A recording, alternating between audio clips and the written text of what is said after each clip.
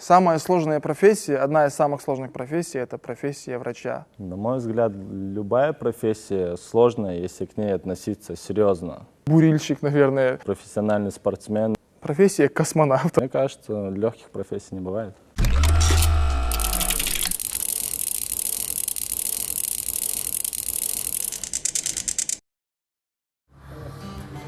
Ну, легкими эти профессии, конечно, никак не назовешь.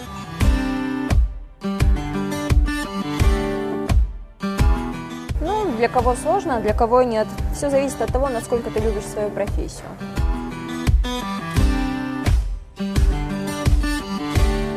А если тебя ставят перед фактом, как наших героев? Это уже другое дело.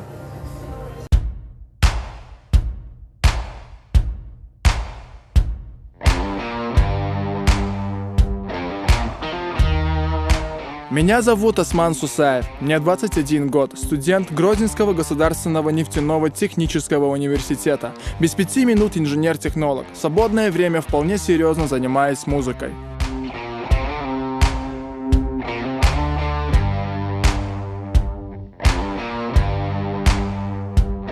Я Салтамурзаев Магомед, мне 20 лет. Я студент Чеченского государственного университета, будущий юрист, в настоящем спортсмен и музыкант.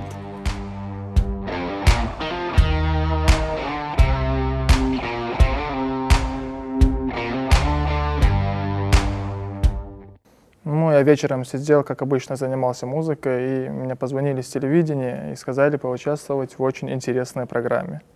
Мне звонит Осман, друг, также участник этого проекта. Говорит, нас приглашают с тобой в программу.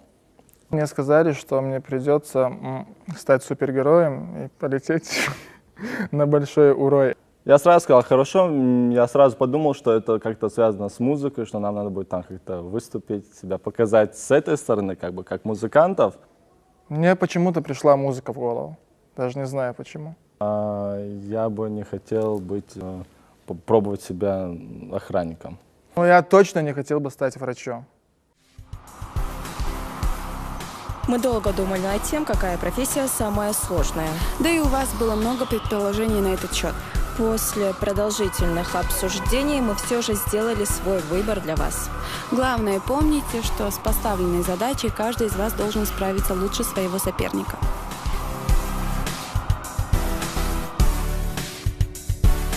Воспитатели? В смысле, в садике? Ну, даже не знаю. Ну, можно попробовать, мне интересно, если честно. Но дети — это страшно. Мне сказали, что я буду воспитателем. Тогда я, конечно, вообще растерялся. Ничего сложного там нет, в принципе, да.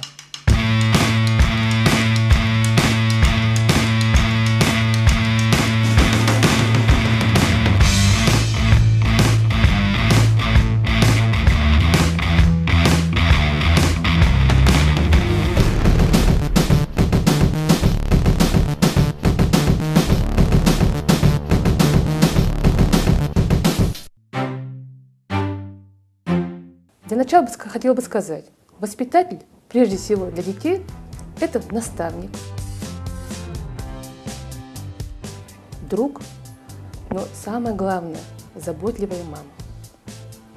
Но если вы сегодня воплотите наставника в себе, друга, вы уже добьетесь хороших результатов. В старшей группе, где будет у нас давать занятия Осман, дети более усидчивые, у них развито внимание уже, и они могут уже отвечать на ваши вопросы, есть запас знаний, могут ориентироваться уже на заданной теме, и вам будет более комфортнее с ним, и более вы сможете с ними добиться больших результатов. В средней группе, конечно, уже время поменьше, 20 минут. Во время занятия, это касается и старшей группы, и средней группы, нужно обязательно проводить физминутку. Начало занятий, в середине занятия обязательно провести физминутку, расслабить детей, чтобы они отдохнули и приступили снова к занятию.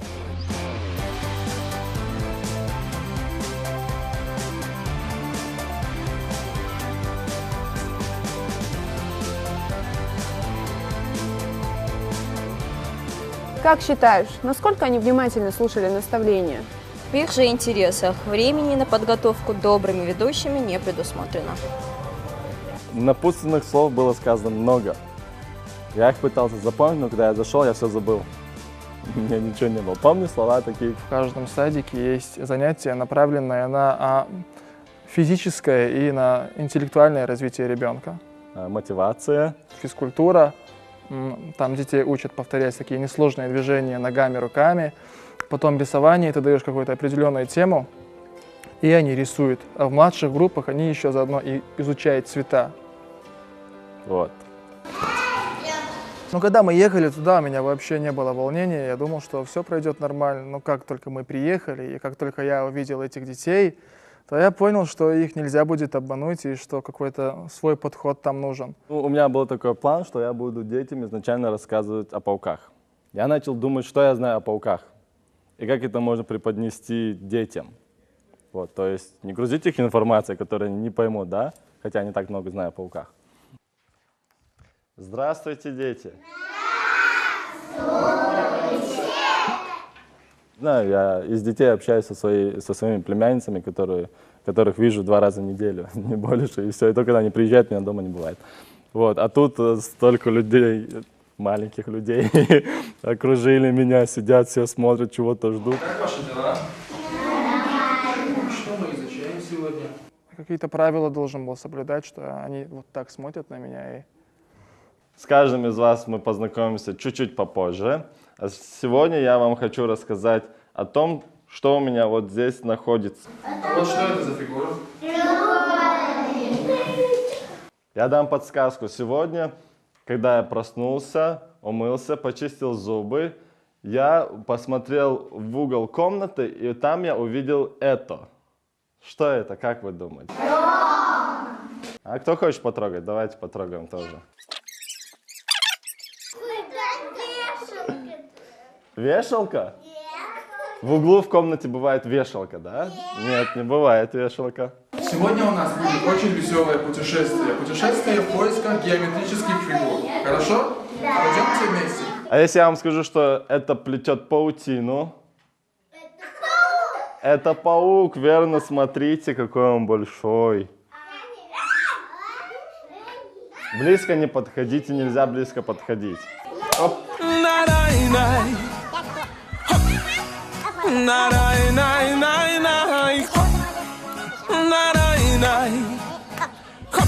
Все. Давайте.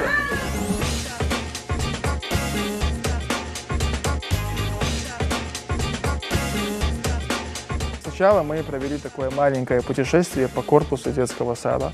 И мы там искали геометрические фигуры, там на стенках, там на потолке, там на полу.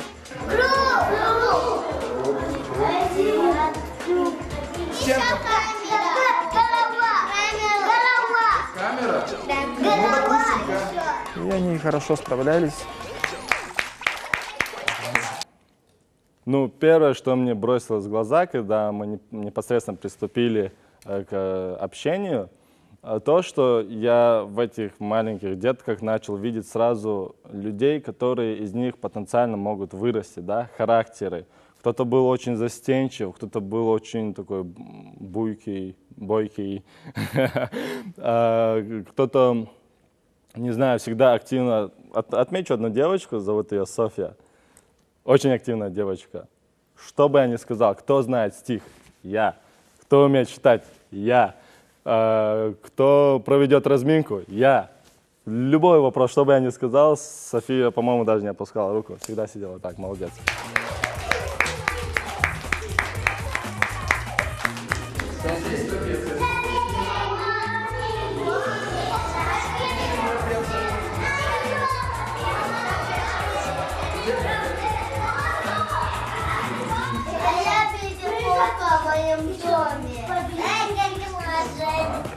Потом поворот. Аниса, ты сможешь нам показать 2 руками треугольник? Всем покажи, вот так. Вот так. Вот, молодец, треугольник. Сможешь показать нам ромб? Попытайся, давай, у тебя получится. Давай, давай, получится. О, молодец. Вот видите, он показал Ром.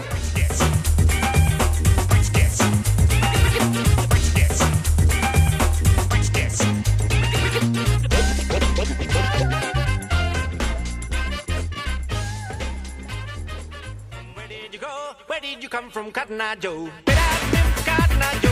I've been married long time ago. Where did you come from? Where did you go? Where did you come from, Cotton Eye Joe? Where Cotton Eye Joe? I've been married long time ago. Where did you come from? Where did you go? Where did you come from, Cotton Eye Joe?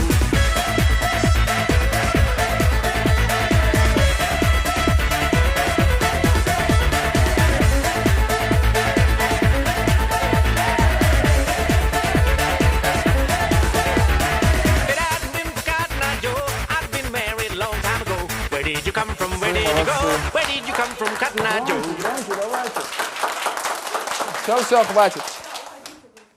Дело дошло до сказок. Я беру книгу, и тут уже развязался спор. Нет, нет, нет. Только не толкайтесь и не шумите. Там половина кричит, чтобы я прочитал им про Айболита, а другая половина говорит, чтобы я прочитал им про Майдадыра. Да, Майдадыр. И там чуть ли не до драки это дошло, и я придумал такую вещь. Дети, сейчас мы наберем волшебный номер и позвоним в сказочную страну, хорошо? Да. Только не шумите.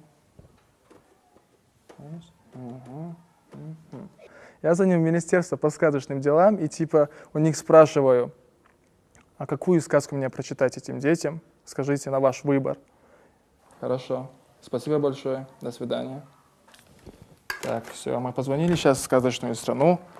И по мнению сказочной страны, самая лучшая сказка — это «Доктор Айболит». Хорошо? Поаплодируйте все. Итак. Добрый доктор Айболит, он под деревом сидит. Приходи к нему лечиться, и корова, и волчица, и жучок, и червячок, и медведица. Всех излечит, исцелит добрый доктор Айболит. И пришла к Айболиту лиса, ой, меня укусила оса. И пришел к Айболиту барбос, меня курица клюнула в нос. И прибежала зайчиха и закричала, ай, ай, мой зайчик попал под трамвайчик, мой зайчик, мой мальчик попал под трамвай. Он бежал по дорожке, и ему перерезала ножки, и теперь он больной и хромой, маленький зайенька мой.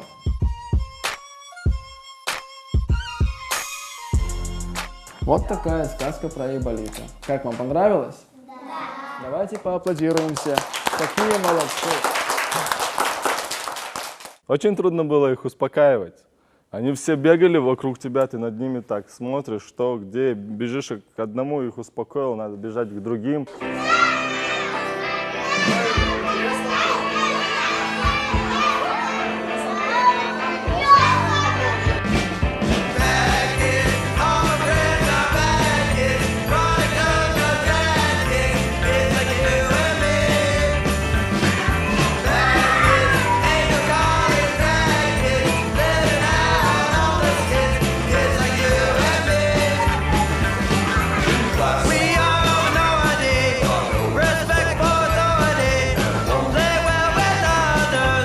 В результате я позвал на помощь воспитателей с опытом, со стажем. Они мне помогли.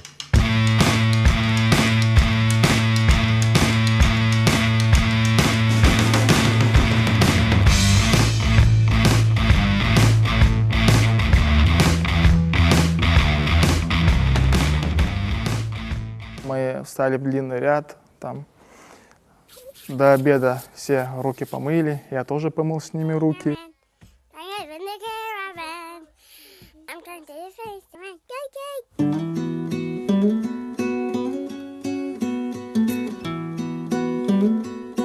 Потом они пошли пообедали. Carpe diem de bon matin, sa main sur la mienne. J'oublie ce que je sais, même ce qui m'attend, c'est lui qui m'emmène.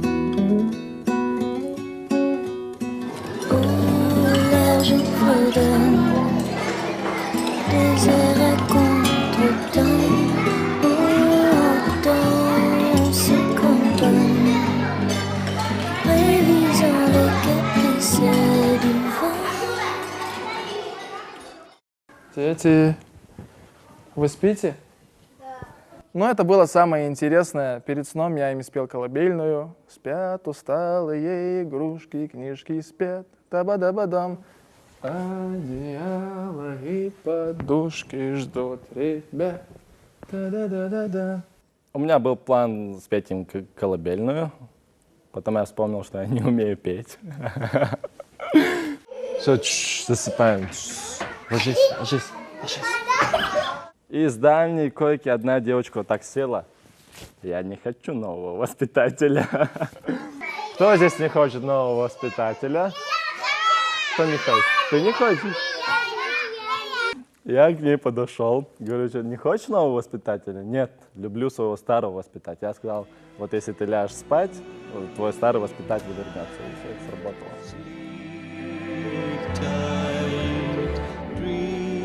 Sweet dreams for me.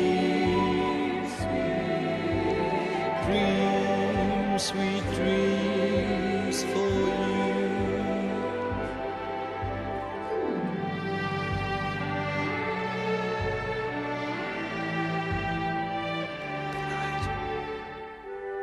Good night, everybody. Everybody, everywhere. Я выхожу. Добрых снов.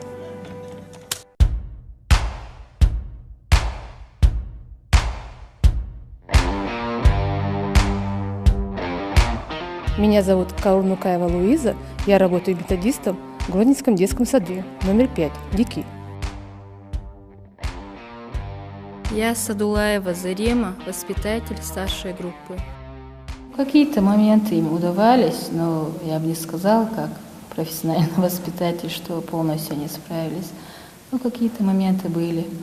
Я думаю, что сегодня они поняли, какая сложная профессия — быть воспитателем. Да, быть и наставником, и другом ребенку.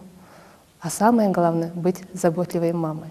Интересно будет посмотреть, послушать их мнение, где я не смог так сделать, а где я все сделал правильно. У Османа получалось найти контакт с детьми. Я думаю, что он нашел с ними контакт. Вначале он был испуган, но когда он сам себя почувствовал ребенком, мне кажется, он нашел с ним контакт. Мне хотелось бы услышать от них, что я справился с этой работой. Мне сказали, что я первое занятие проведу 25 минут. Когда я вел занятие, я думал, когда закончатся эти 25 минут. А Магомед, на мой взгляд, вначале нашел с ними контакт, и у него получалось, но в конце или Магомед от них устал, или дети от Магомеда устали. Может, и дети тоже, но, скорее всего, неопытность, мне кажется, тоже. Не помогла Магомеду. Да. Все-таки опыт очень важен в профессии воспитателя. Конечно. Они, безусловно, правы, потому что не то, что работа с детьми, в любом деле нужна практика. На сегодня, на мой взгляд, ни один из них не справился со своей задачей. Меня успокаивает именно тот факт, что мы оба не справились, потому что если бы один я не справился бы, меня бы это не устраивало бы. Я там потратил всего лишь полдня, а мамы тратят на наше воспитание всю свою жизнь. Я не могу представить, я даже не смог бы представить, какой это нереальный труд просто. Мамам, не знаю, можно бесконечно говорить, я бы лучше обратился бы к сыновьям и дочерям и попросил бы их ценить своих матерей, своих родителей вообще. Спасибо вам большое, мамы наши, за все, что вы делаете для нас, за наше воспитание. Я знаю, что это очень тяжело. Сложный день уже позади. Сложный для них или для нас? Для всех. Они переживали за результат, а мы за них. В принципе, эти переживания были уместны. Большая ответственность за маленьких людей, знаешь ли. Зато они теперь точно знают, как сложно приходится мамам.